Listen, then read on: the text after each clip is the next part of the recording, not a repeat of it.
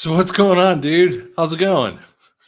It's wild times we're living in, man. Wild times. It's been crazy, and I think we're all ready to move this thing on to the next phase. I know we're Boy, all tired, but this is what we've been I mean, waiting because for. if you're watching this, some different time frame, it's 2 o'clock Central on Monday the 4th, before the crazy time. And by the way, at newstreason.com, you can do a live stream tomorrow night at 8 p.m. Central, 9 p.m. Eastern time. There's going to be Patriot Underground. There's going to be me, Dave and Mark, and who else? We're gonna have Joe and Scott from Truth Stream, Right. excuse me. Hopefully Mike King and potentially Joe Rambo as well. So we're gonna be hanging out for a while, kind of just seeing how the beginning of this thing plays out. I think realistically, it's probably going to be a little while before we know how it all plays out. But either way, there's going to be a lot to look at tomorrow night and talk about. So, Well, I'm going to be putting this on actually tomorrow morning. Mhm. So I mean, I know we're supposed to talk about, we are going to be dealing with mortgages, okay? Because there were some really cool questions out there that are happening, but we might as well just get the elephant out of the room. I mean, what do you perceive about where we are? I know both of you and I had felt, we didn't really know why an election needed to occur yet, but and that's my words, but you can change them up if you wanted to. But we're here at that point of election. I guess I say to people all the time, this is not really about an election. How would you phrase it in your own words? I mean that's exactly how I would phrase it. And one of the things I've been trying to stress to people, number one, is nobody knows, right? Anybody that's trying to tell you they know is lying.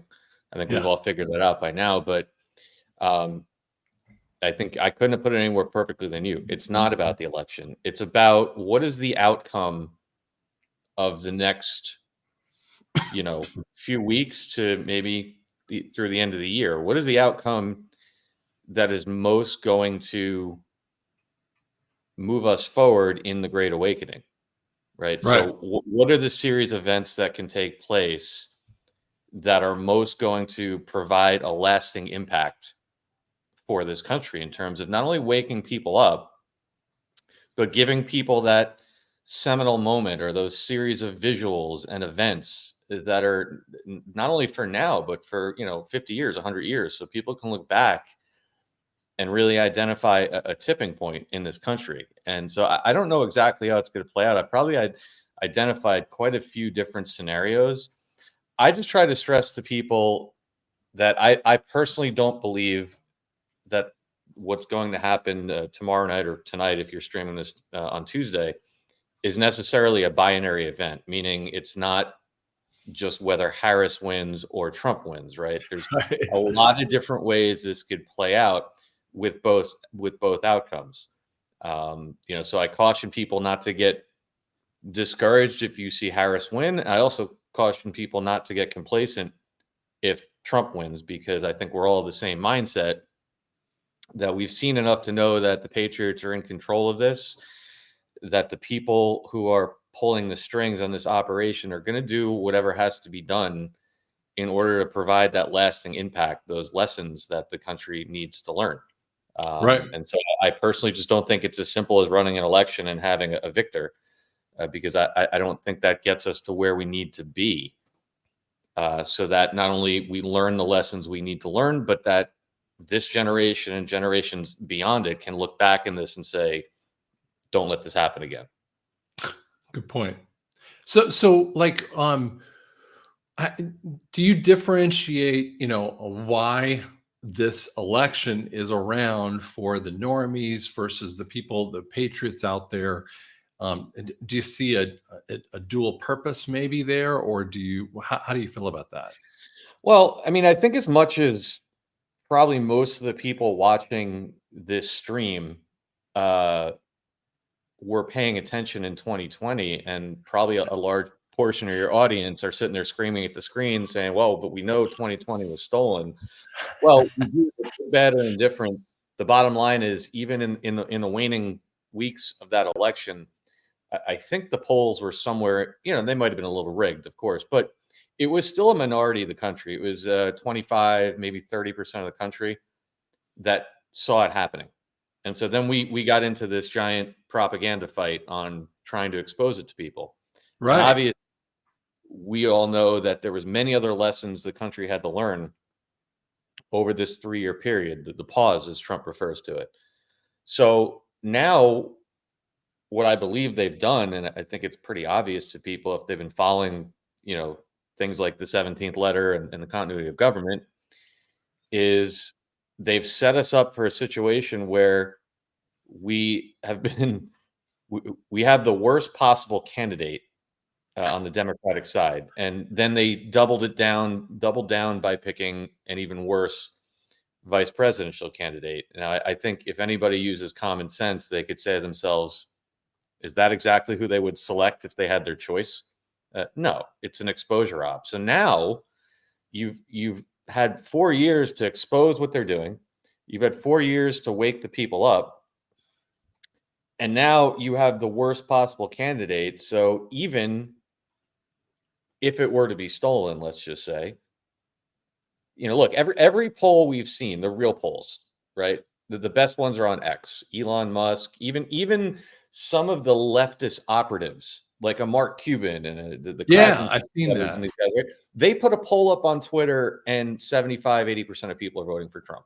Right. So it doesn't need, you don't need like Trump says, you don't need an expensive pollster. You don't need any of this crap to know that 80% plus of the country is on Team Trump. So that means 80% of the country is seeing all these ridiculous polls, 50-50, Kamala being up. They're seeing it now. What they didn't see in 2020, they're literally watching in real time. I also believe that's why that Trump wanted everyone to vote early, because you've gotten a steady litany for 2 weeks of, Michigan, they had 100,000 more votes than voters. Pennsylvania, Bucks County, there was a giant lawsuit or closing polls early, burning down of drop boxes, all this kind of crap. And it gave everyone 2 weeks to watch all the games. Right. Now, whatever happens, whether it's a straight up Kamala steal, look, if they steal the election, you're going to have 80%. Isn't that the point? I mean, Right. Kamala can't win. I mean, we're talking like middle to listen, in the 80s and 90s. I remember this all the time. Nebraska used to put like Middle Tennessee, women for the blind college on their schedule and would win like 91-0. I mean, Right. and that's kind of the level that we're at. I mean, we're not even Mhm. talking about competent, you know, uh, between the two. Right. But the difference being, you and I know that it was the same thing in 2020. I mean, Biden was in his basement. He was going on CNN telling people that you ain't black if you don't vote. It was ridiculous. But the problem was we hadn't yet taken full control of the information Hmm. flow in this country. And that Right. is what the operation has been about. It's been about weaning people off of the mainstream media and getting the digital army, as you will, to break through the mainstream media propaganda. And you had to let people see it for themselves. They had to learn over these 3 years, wow, these people are Right. really not telling the truth. So Right. now we're in a situation, and listen, when you have a historical event like you did at Madison Square Garden last weekend, where I think it even shocked most of us to see 100,000 people descend on what is considered to be one of the most blue places in the country. Did No you happen to go protests. there? I mean, aren't you? Are you up there right I'm now? in Florida right now, so Oh, unfortunately okay. I did not, but Bummer. I know some people that went. So I not only know what I saw on television, but I know firsthand from people. There was no fights, there was no protests. There was like 4 people outside Manhattan, Midtown Manhattan, and there 4 people protesting. No Antifa, no BLM, no feds dressed up as Nazis, none of that That's stuff. totally wicked And weird, dude. yeah, That's and you wicked weird. had, by all estimations, 250 million people watching it online, Yeah. on X and on Rumble and here on YouTube. So we've succeeded in pulling everybody away from the mainstream media. Now, you look at that crowd in New York City. How do you think they're going to react when it gets stolen? If it were to get stolen? Not too well. Yeah. And those are the people that, when I was there 4 years ago screaming that the election was stolen, people were looking at me like I was crazy. Right. Well, Right. now if they get to see it in real time, look at what's going to happen. Or, like I said, conversely, if the other, one of the many other ways is Trump wins in a landslide. Okay, well, then we won, right?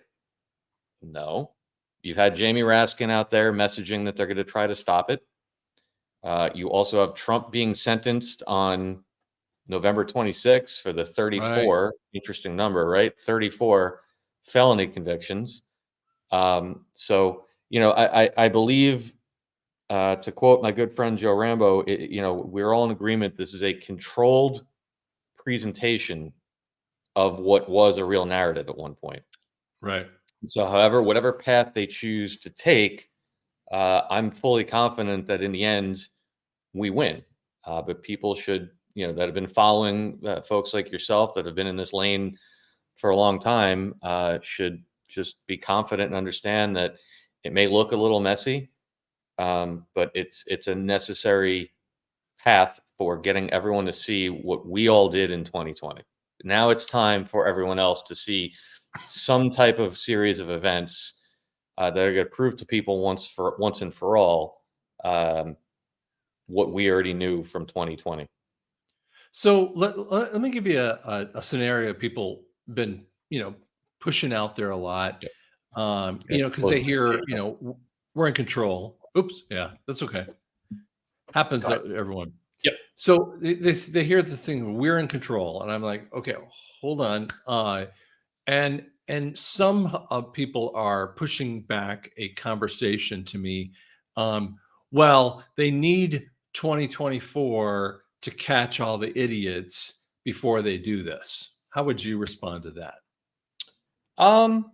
I think there's probably some credence to that. I would think at this point, and look, once again, nobody knows, but logic would tell you, look, we were told by that 17th letter, how do you inject evidence legally? That question was asked multiple times. And, a guy like, Mike King does a great job of explaining to people, and he's right, that the problem is the military had collected decades of evidence, right? But the question is it legally injectable into these investigations? Well, it wasn't. And they said they were going to do everything by the book. So a lot of what we lived through over the past 3, 4, even 5, 6 years, have been operations to inject that evidence into the record for this justice phase. So I would be willing to get. I think, if you look around, you look at people like Biden, who, that's not Biden. I'm sorry. Right. But we've Actor spoken about Biden, that. right. And then logic would tell you if it's not him, well, then there's other people that are certainly either not them or under control. You look at the antics of people like Kathy Hochul and Governor Whitmer and Newsom and all them. Logic would tell you these people were all put into submission a long time ago. It wouldn't surprise me if there's an element to what's going to happen in 2024 that's still designed to catch some of the low level people. And that's speculation, but I think the most important piece of it is for people to see it in real time. Right. How many different ways were we told you cannot tell the people, you have to show them? And probably every person watching this podcast at some point over the last year to 5 years or 6 years has tried to tell people about this stuff. And you know how that works. You can't. But when they finally see it in real time, then they start calling you. Oh my God, did you know about this? Yup. Did you know about this? Yup. And that's where we are. And I know a lot of people, I think even some of the shows we did together on our platform, I think we might have even started speculating about this over the summer. And it upset a lot of people, unfortunately, because there was a lot, there was, as you well know, there's people that go out. There's a difference between what we do here, which is, we try to logically speculate about certain things versus people that try to tell you things about a military side of the operation, like as if they have some kind of special source, right? Very different response how you and I tend to do that. That's why I like this. Okay. Right. listen, we are predicting based upon a couple factors, some macro factors with that. And that's what you're saying. Yep. And so yeah, I think unfortunately there were some people that went out and as much as long ago as even a year ago, we're telling people there's no way there's going to be an election. I know there's not going to be an election, and unfortunately, it set people up for certain expectations. But when folks like us came around, especially over the summer, and said, "Well, listen, you see the way they're setting this up, swapping out the worst president for an even worse candidate, and then adding an even worse vice president. You can see they're setting it up for something for us to see in real time." And as much as we would have liked this to be over a month ago, you say to yourself, well, we've made it this long. And I used to ask people this question, what would you do at this point for that last group of people that doesn't see it? Are you going to call Right. a press conference, say, look, it was stolen? Or are you going to let everything just play out for another few weeks? And now here we are. And Well, so, and to your point too, I think that might be interesting for people is this, we still have the normies, and I'm talking about like I have a physician friend of mine who does a lot of manipulation on my neck and back and stuff like that. And I mean, he was just blasting mad, very, very strong conservative voice with that too, but he doesn't know any of these other things, right? I mean, he thinks like, Biden just is a stutterer. And I'm like, okay, there's a lot of things wrong with that statement. And my point for I think that we're seeing the Patriots, the people that are watching this right now, your Patriots, you already know it. Okay. You didn't need to have an election here to like make you go, oh, they're gonna steal it again. Of course, they're gonna do some level of steal, however much they can or can't do is not even the relevant point. But whatever they do of the steal is for the normie like John. And he needs to go, wait a second, that ain't right. And once he says that, but don't put you in that same category, because most of you don't need to have that, right? But John does. John needs to see it in real time on the media points that they can't actually hide. So I mean, I think, respectfully, the one part I would disagree is they already know. I mean, they've done 2020 and 2022. They already know who's done it. The same morons are still doing it. There might be a few more idiots that are stealing here and there, but that's not really the big area. But I would say one thing that we need to, before we move on here, I'll just say this. And we're going to definitely go on this tonight. By the way, when you guys are watching this, go on tonight to newstreason.com and put it on there again.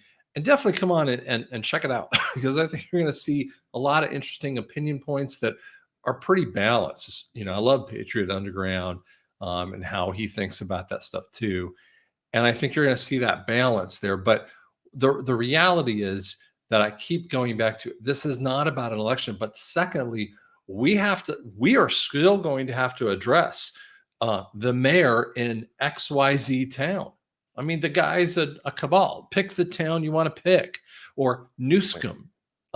You can't have these idiots around. But I find it fascinating. I'll leave you this one point.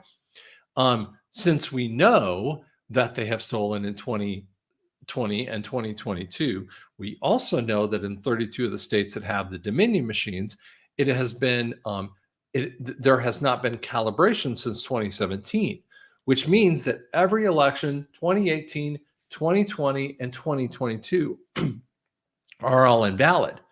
So therefore, even with senators having a 6-year term, everyone's out.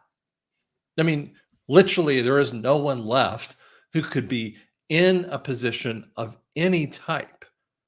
And so I think that's part of the other thing too, is that whoever was in is out, and realize that we have a whole new election that we really have to get to a little bit later down the road. And it's unfortunate. I don't want to do it this way. I had said, I didn't think there would be election, but that was a prediction of why of that we didn't need this kind of cabal election with that too. So yeah. And Scott, I mean, honestly, I think all of us were in that camp at some point. I mean, if you probably go back 6 months ago, I was saying the same thing. I mean, I think many of us didn't even think we were going to make it past the first year. Right. But it's interesting. I think what we underestimate is the amount of time it takes to safely do this.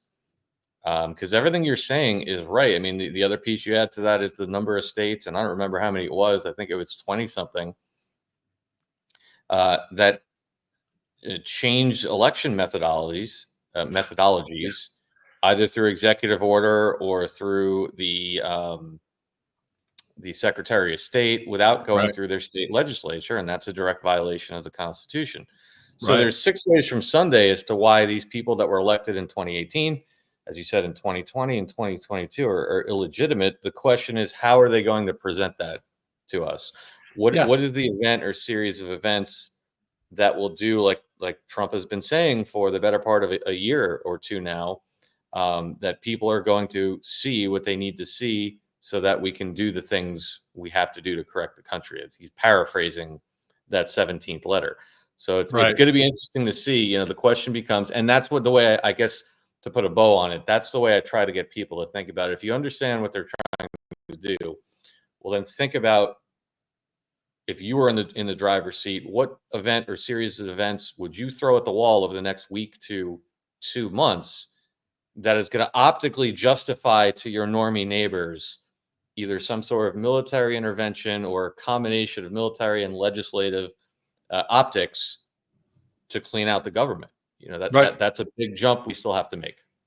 Yeah, that's great.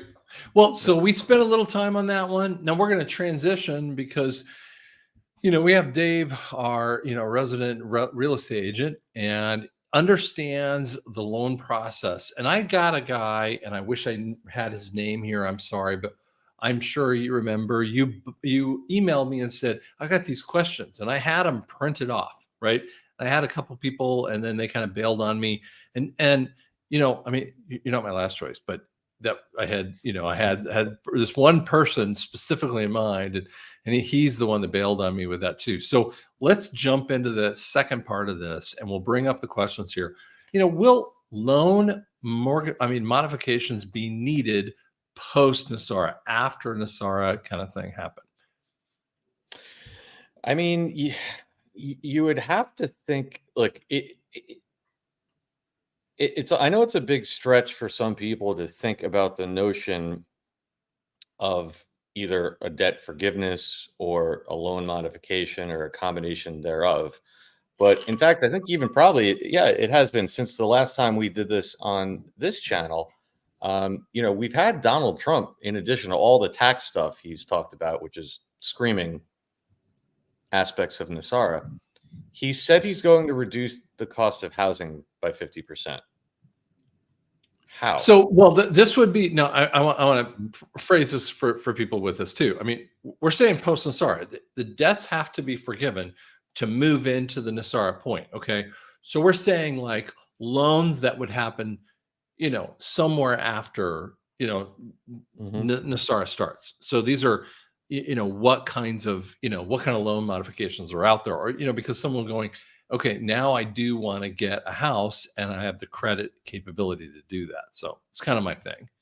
So meaning more so, what would they look like on the other side? Yeah, what might they look like, or what kinds of things that even if you had a house in place and then boom, it all stops because the NESARA thing happens, and you go, okay, what do we do now, kind of thing. Well, I think we've spoken about this before, but I believe, and I know we're going to talk about the Rule of 78 and some of these other issues that go into it. But and actually, another thing that Trump has spoken about that he actually did throw into his speech recently is he talked about usury being illegal, unconstitutional, right? That is So great. I forgot about that. he threw that right into one of his speeches. So logic would tell you that we're moving into a system that is going to be more of either a simple interest or a fee-based lending system. So that really changes the whole game. It gets rid of some of the crazy compound interest that people are paying. I think from a legal standpoint, it's certainly going to simplify the loan process itself. Right. The fact that it takes you 60 days in many cases to close a loan, and there's 19 people in the room to do it, and you have a stock documents this big. So I think the whole process is gonna become a lot more simple. Simple for people to understand, simple for people to pay, and I think the whole process is going to change fundamentally. Do And you I think? know, I'm sorry. Go ahead. no, I think that a simple interest or a fee based system is what we're going to move into. Now, how long it's going to take to get to that, I don't know, but Well, they have to be thinking about this, but do you think though, in this loan process, do you think it's possible that the mortgage brokers, I mean, because there's still mortgage brokers out there and banks with that too. I mean, I know I'm getting a lot of people going, "Oh my gosh, am I going to lose my job? Are we going to make enough money on like as being a mortgage broker, to finding, the right loan X, Y, or Z to go through. I mean, banking to go through, just like a car dealership does. Will the mortgage broker still make enough money to be able to keep going? I think so. Listen, I actually know a couple of mortgage loan officers that are awake to this stuff, and Hmm. they're not planning to be doing this for the rest of their life. I'll just put it. I'll say that. I think it's like anything else. Do I think it's going to be an overnight change of the business model? No, but let's face it. Mortgage brokers and loan officers typically make 1 point at least on every loan. The actual loan officer, right? So $1 million loan, they're taking home $10,000 just for doing the paperwork.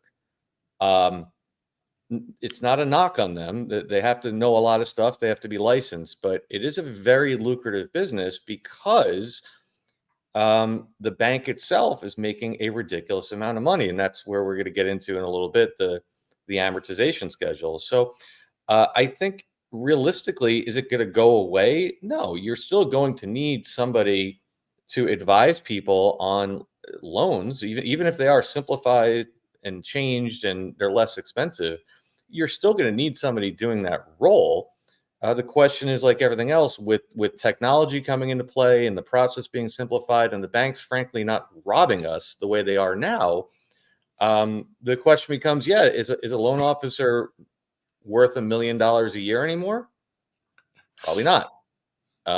Probably not. Same thing with real estate agents, of which I was one. You're already seeing that change. You've already seen a major change that took place August 17th in the way the agents are paid on behalf of the seller. Right. So it's like anything else. At some point, does back in the 90s, did the VCR salesman go out of business overnight? No, but as DVDs Yeah. come into play, they make less money and they eventually either transition into the new industry or not. So I don't think it's going to be a thing like people are going to wake up and not have that job anymore. But I do think people need to really take a look at both a real estate agent, like I said, of which I was one, and a mortgage broker, and say, well, does processing a loan and doing X amount of work, does that justify somebody getting paid 7 figures a year? Probably not in the new system, but it's not going to go Right. away. Well, so I mean, that's a powerful point you brought up. I mean, there's a Xerox, that massive company back in the '80s was actually presented with the digital camera, and That's they right. chose to pass on it. Hmm. Blockbuster had absolutely had the ability to do what Netflix was doing, and Netflix passed them up because Blockbuster thought that they needed to be the answer. So, do Exactly. mortgage brokers, do real estate agents, and frankly, we have a whole bunch of other fields as we really adjust from these old cabal rules. Will they adjust? I mean, some of them won't, and some of them, and you won't be Right. doing what you're doing. Some of Right. them will, and you probably will be, and be doing pretty well with it. Yeah, I'll give you, Scott, real quick, another good example that's happening in real time that I know everyone watching this will love because they're watching you because you are the new alternative media, right? That's what we're doing here. There was an article that came out in all the mainstream newspapers probably within the last month or so about how all of the major names at the big networks, the David Muirs of the world, everyone knows that name because of the debate recently, and people at the Today Show and CBS, right? These people that you take like a Today Show anchor, right? Their average morning anchor probably made $8, $9, $10 million a year, a staggering amount of money, and they've lost 80% of their audience, 70% of their audience in the last 3 years. So look for that as a good example of, are these people just getting ripped off the air? No. But this article came out and said that all the networks were saying, guess what? You guys want to keep doing this, you're going to have to take a pay cut. There was a couple of shows on CBS, one in particular, Blue Bloods, one of their top rated shows. They had to take a 30%, 25 or 30% pay cut for this last season to continue doing the show. Now, when have you heard that happen?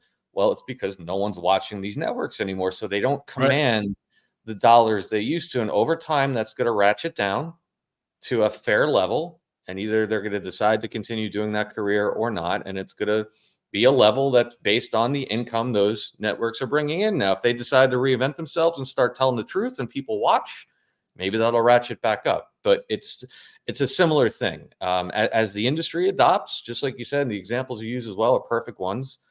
Kodak is now still in business, but they're not, they're in a different thing. They're into digital processing and supplies and things like that. So the people I'm wrong. They It missed the wasn't boat Xerox. on the big numbers, but Xerox You said is it another one. correctly. It was Kodak. It was not Okay. Xerox. My fault. Sorry. You're going to catch that. People will catch that with that too. Sorry about that. So let's just use this one here. What do you think about the rule of 78? Because you kind of brought that up a little bit. Yeah, well, to show people, if you don't mind, if you could pop my screen up right there, I could show people a chart. I mean, without really getting too crazy with it, what the rule of 78 is, it's a calculation method for the amortization of interest on a loan, right? So if you've ever purchased a home, then you'll know part of that big stack of documents that you get when you close is an amortization schedule. And what it does, it shows if a 30-year loan, 12 payments a year, 360 payments. It literally shows you all 360 payments and each month of the loan, how much of it is principal, how much of it is interest. And what the rule of 78 does, it refers to the way it's actually mathematically calculated. It allows lenders to front load the interest on a loan. And this, again, you've noticed this if you ever bought a home. You buy a home in month one, if let's say you have a $1,000 mortgage payment, that first month, $900 of that $1,000 is likely to be interest, whereas only $100 is going to reduce the principal. So what does it do? It allows the banks to get their profit right up front in the first couple of years of the loan. It ensures they're always going to make their money. It also ensures that if you buy a house at the wrong price, after a year, you've barely paid any of the principal down. So if you try to get out of it, you're likely stuck. And what this chart shows, the gray here shows you the gray is the rule of 78. And the orange is if you were using a flat interest, meaning the same amount of interest every month for the life of the loan. And the blue is a reducing balance method, basically, if you were just paying down the principal. Okay. Yeah, the reducing there's an interest component too, but the important way to show you is the orange versus the gray, and the gray is showing you that you're front loading all the interest, and now when you get into a loan that that compounds the interest and things like that, it costs you infinitely more to pay off that loan than it does with a simple interest or a reduction of balance method. And it's just another one of those little tricks that the banks like to pay to ensure that they're getting their money up front. And like I said, where you really see people get into trouble, especially with something like a house or even a car, you see people right now, we've spoken about this in other shows, they're stretching out car loans to 8 years. And, so what happens? People don't realize that they get a loan and they get a car that today is worth $30,000. And they go into it saying, well, if I ever get into trouble, I just sell the car. And they're not realizing that in the first 2 years, they're mostly paying interest. So they think, especially well, on I've paid an off. 8-year. Right. Exactly. So what happens is after 2 years, they sit there and they're like, well, I've paid off, $6,000. I can sell the car for $24,000 and pay off the loan. No, you can't, because the value of the car goes down and you haven't paid off that much principal. You go and get the balance and you're like, how do I still owe $28,000? Well, Right. it's because the first 2 years you're just paying the interest. You haven't touched the principal. Same thing in houses. A lot of people over the last few years, especially with everything getting so expensive, people have loved to put down 5 or 10%. Well, if you're only paying off interest in the first few years of a loan, and then you say, well, I need to sell my house. Well, you got a 5% realtor fee, you got a 1% transfer tax, you got other closing costs. That eats up 6, 7% right there. That means if the price of that house even goes down 3 or 4%, you have to bring money to the table Right. to get out of that home. And that's when you see people starting to, get aggressive with sells and foreclosures starting, things like that. So, and all of this is because of this rule of 78, where Hmm. you're front loading all the interest on a loan. And obviously the longer you stretch out the payback period and the higher the interest rate, the more you're paying up front and the less you're paying towards the principal. Nice little But trick they but pay to the kind of keep us in still that debt delivery. but still the point with the rule of 78 doesn't mean you're not paying principal. You're definitely paying principal, because Hmm. it's not going to be a compounded rate. It's a simple interest rule of 78. There's a difference Hmm. between simple interest rule of 78 and simple interest or compound interest rule of 78. Correct. Compound rule of 78, it was a killer Hmm. number. And it was unpayable in essence. But that's exactly what the arms are. I mean, these 3 and 5-year arms are 1000% or 100% interest. So you really never do. And even the rule of 78 is an incredibly high number, even over more of a conventional, 30-year, mortgage rate of compound interest. So, when people are decrying the 78, they're talking about the difference between that and the conventional, but they're not. But when we talk about this, you're going to see the simple interest rule 78, and you're going to go, I can do that. Yeah, it's the compounding is a killer, but it's still it's also an education thing, Scott. I've closed hundreds and hundreds of real estate transactions, and I know very, very few people that have looked at any of their amortization schedules to Right. understand just a simple thing. Rule of 78 or not, any loan nowadays is pretty much front loaded with interest. Um, I don't know too many people that actually look at it and see how much they're paying off each month. Right. But what you will find is no matter how it's calculated, unless you have some kind of amazing lender that not a lot of people know about, you're going to be paying a heavy amount of interest up front. The banks get their profits. And I think that over time, you're going to see that change into, like I said, either a simple fee or a straight line interest with a fee component, something that is fair to both parties, but that doesn't lock people into these assets and these loans that they can't get out of. I mean, you mentioned Right. 3 and 5 year arms. Imagine somebody, um, we're in 2024. Imagine somebody in 2020 or 2021 when interest rates were relatively low. The media was telling people that everything's hunky dory, and maybe to get that better mortgage payment, or maybe they thought they were going to move in a few years, right? And then housing prices spiked, so they can't move. Right. But their mortgage lender, because they told them they're going to move, they said, well, if you're going to move in 3 years, just do a 5 year arm in 2019. And now they roll around to 2022 and all the stimulus money kicks in and everything spikes. And now they can't afford that next house to move. And they're staring down the barrel of a giant adjustment in that loan. Now, I don't think it's going to be nearly as bad as it was in 2008. Oh yeah. But it's going to catch a lot of people off guard. And I know it is already. That's why you're seeing delinquency rates spike us up so much across the board. I mean, on everything, on car loans, mortgages, commercial real estate is an absolute train wreck.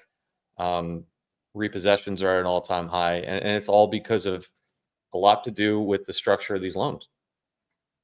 So, and that kind of leads us to our next point here. Will there be secured loans, such as cars? And maybe you should explain what a secured versus unsecured loan is. Yeah, I mean, a secured loan is something that is guaranteed generally by a tangible asset. So a mortgage would be a secured loan, otherwise known as maybe the recourse of it, right? The recourse of the bank being able to get their money. So you don't pay your bills, they take back the car. You may have, like in your business, perhaps, or a business like yours, very often some of your inventory, you can get a loan on your inventory. It's secured against that. People can finance purchase orders, things like that. So a secured loan is something where there's an asset or a tangible asset, typically for the bank to tie the loan to, versus an unsecured loan. Where it's just a straight up personal loan off your credit or things like that, or perhaps in a business setting, you may have just a revolving line of credit, and Okay. unsecured, where it's not tied to a physical asset. Well, I Um, mean, I know in our business, almost everything we do related to hearing aids to patients, it's an unsecured loan when they do get that. Although it's mhm, funny is that September 16th, Wells Fargo dropped out of the unsecured loans. And most people don't mhm, realize that. They wiped themselves out of it. And it's funny because I made the comment about this, like days after I got the email. I think it was in August or something like that. And days after the email, we got, I got a phone call from the Wells Fargo salesperson. He's like, I just want to make sure other options that are out there that you could use. And he was being really nice. I'm like, dude, I knew. I mean, I thought it was a really cool thing. He doesn't know what I know on that side of it, but I found it fascinating. I mean, no one's ever calls you afterward and goes, "We're going out of business, so I just want to make sure you're okay." Like yeah, that normally is that's a time that we're going to flip the middle finger at them normally, but in this yeah. case, We it was we very weird.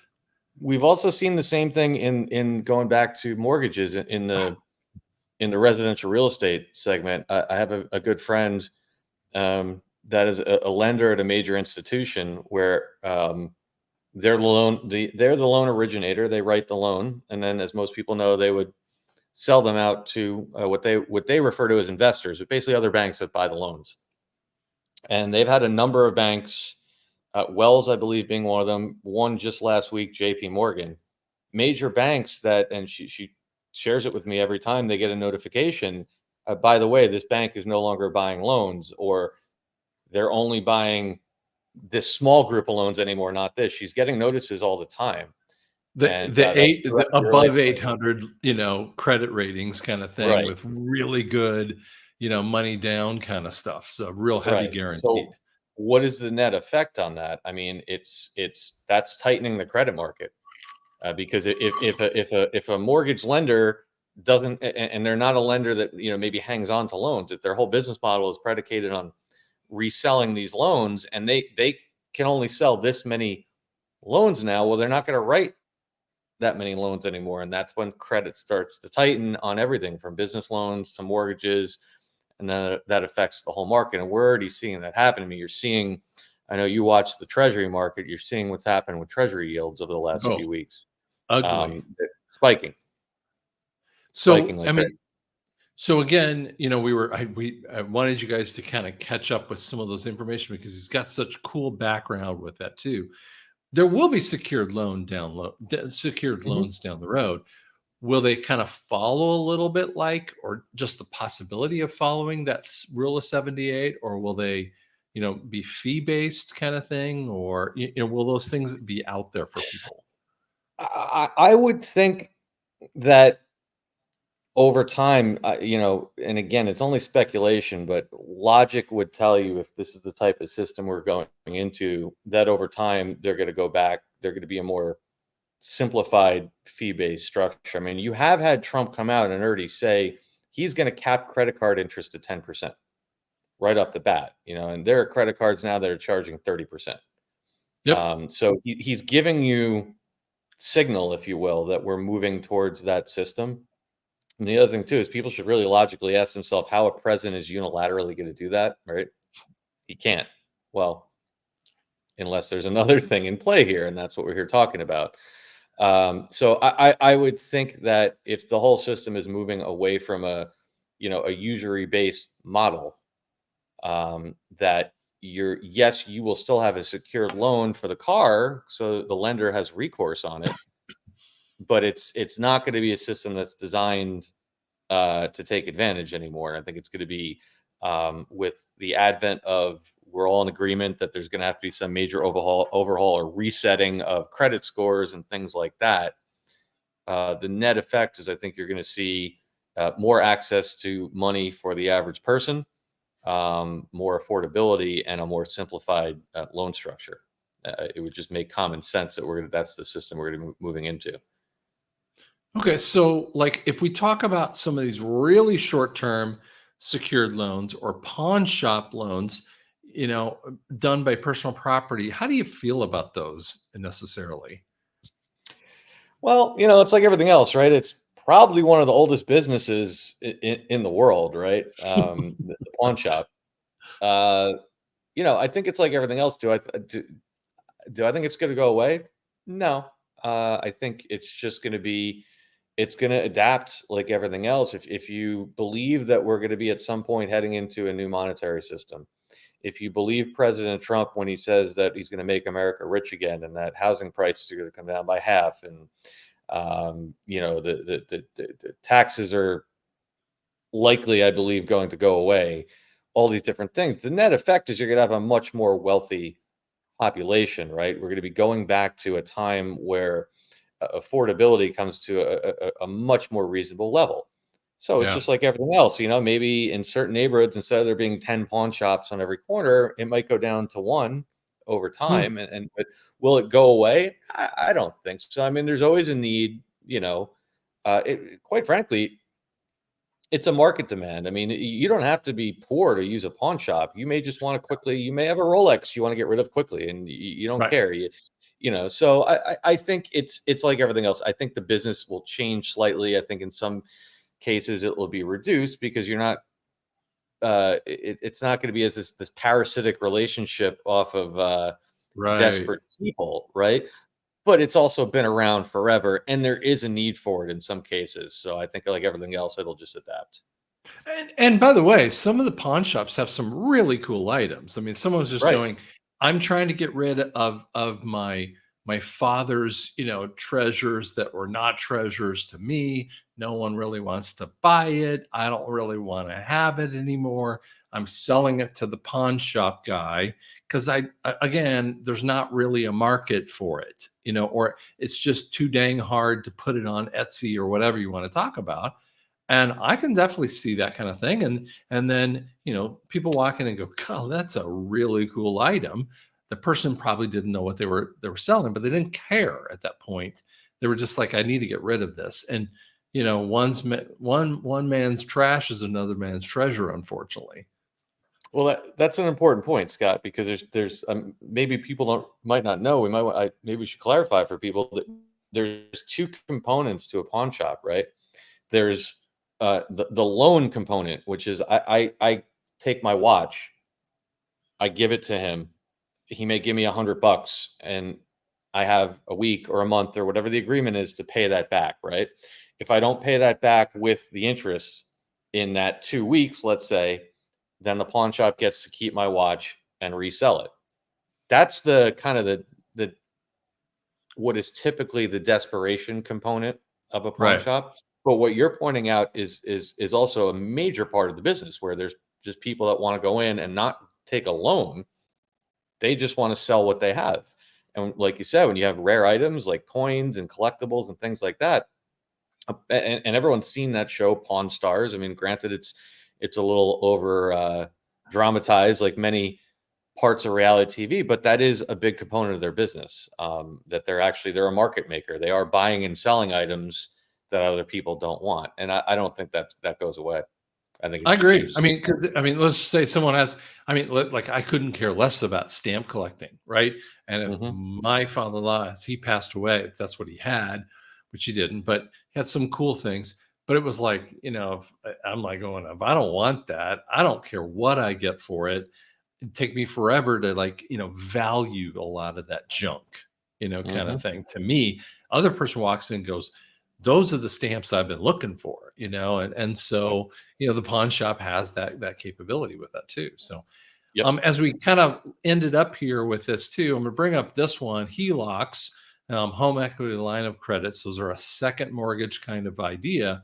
Do you think that's possible for that to still be around even now? Again, post-NESARA, you're going to see the debts wiped off. Number one, okay, banking kind of debts are gone, but when people buy a house, might they do a HELOC again? Would they be available? I don't see why not. Once again, it serves a purpose. Um, will it change if you have an asset-backed currency, a gold and silver-backed currency, and more wealth and less debt and everything? Of course, there'll be less of a need for it. But I think we have to kind of look at this stuff as the need in the market, right? Will there always be a need? And when there's a need in the market, there always going to be somebody that will want to fulfill that need on the business side, right? So I think there's always going to be probably the biggest thing HELOCs are used for are home improvement. Right. Somebody wants to put in a new kitchen, put a wing on the house, addition on the house, things like that. So although there might not be as much of a need, um, like what we're seeing right now, which is where people are getting HELOCs to pay credit card debt and pay off Yeah. school loans and things like that Right. because they're saddled with debt. I think they will simply go back to serving more of a purpose that they traditionally did back, like when my parents were, when I was a little kid and my parents would take a HELOC to put an addition on the house for their kids.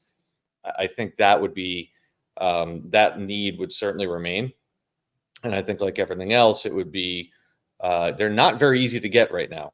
So I No, think no. as as the population's debt profile and credit profile improves, once again, it's going to be, and with technology, I don't see why we couldn't get to a point over time where you could realistically get a reasonably sized HELOC with an app on your phone. Do we need to go through, um, 6 weeks of approvals and 18 different people having their hands Right. in it and title agent? Do we really need that with the technology we have and maybe perhaps some of the blockchain and things that we know is coming? It doesn't really make a whole lot of sense. Now, would that be an overnight thing? Probably not. But I think that that's what you're going to see as we move forward. That HELOCs will still remain, and there'll be probably a much easier way and more simplified way to get access to those funds. Once again, without one of those complicated amortization schedules that feeds right back into the usury that we're trying to get out of. Right. But so, I mean, and I think you just brought the beautiful point I hadn't thought about in that way too, is you're right. HELOCs have been used to cover debt issues. But, now suddenly your house, you have it paid off. It was a $300,000 house. You put 250 down on it, let's say, or 50 down on it, you have owe 250. And I know a lot of people are freaking about this, but houses might drop in half. I mean, we don't know exact number, but let's just say it goes down a third. So that'd be a $200,000 house that's free and clear now. So you've got that much, but you're going, you know what? Now that we don't have the debt issues, we've wanted to fix the kitchen and replace the bathroom. I think that's a boon for the economy. It's going to add a whole bunch of jobs for people to do more things and have more enjoyment in their own house getting it done with that kind of way. It's a really important point because if you think about the average person is riddled with um, a lot of debt on their homes or other real estate they own, their business buildings, whatever it is, and you put people in a situation where they now suddenly have all this equity. Just the example you use, right? If somebody that had a $300,000 home all of a sudden is, let's say, free and clear on it or close to free and clear, well, Now that's an asset you can leverage. Quite frankly, if you want to go buy a boat, you could leverage that asset to buy a boat. You could leverage it to buy a car. You could leverage it to start that business you never thought you could start. You could leverage it to pay off other debt. There's a million different things. So people have to really think. And again, Trump has come out and said he's going to reduce the cost of housing in half. I think that's a major signal. So although it might scare people in they're only looking at the top line, they're not thinking about the stimulus that would inject into the rest of the economy to In a allow people to massive go out. way. Right. Yeah, I mean, how many people have business ideas, and they have absolutely no way to get a loan, to get access to the funds, and in an economy we're in like now, it's not even like you can go to friends and family because everyone's riddled with debt and expenses. You flip this thing around and you give people a stable starting point, like having the value of their home restored. And you're going to see a boom in this country like we probably haven't seen in 100 years, because people are going to have the ability to leverage that asset, their primary asset, to do other things. Buy a second home, buy that vacation home they never thought they could, start a Right. business, invest in your business or my business or whatever, private lending. All these different things will get stimulated through that process. So it's you're right. It's not just people have to be careful not to just look at the what you're speaking about with a home value, but what that change and perhaps that freedom could do for stimulating the rest of the economy. Yeah, I mean, even if you just had the $200,000 house and you just got 10% off on it, $20,000, you might be able to pay I mean, remember, we're on a fiat currency. When you rise up with the gold backed currency, that might pay off. I mean, that might completely redo your kitchen with all new everythings, and fix a couple bathrooms and make them all completely new. And you're going, I could still do it with that. Yeah, and get a couch on top of it, or And whatever that might and be. as you're doing that, there's a plumber, an electrician, a contractor, an architect, all getting money into their businesses Right. from what you're And more doing. jobs Right.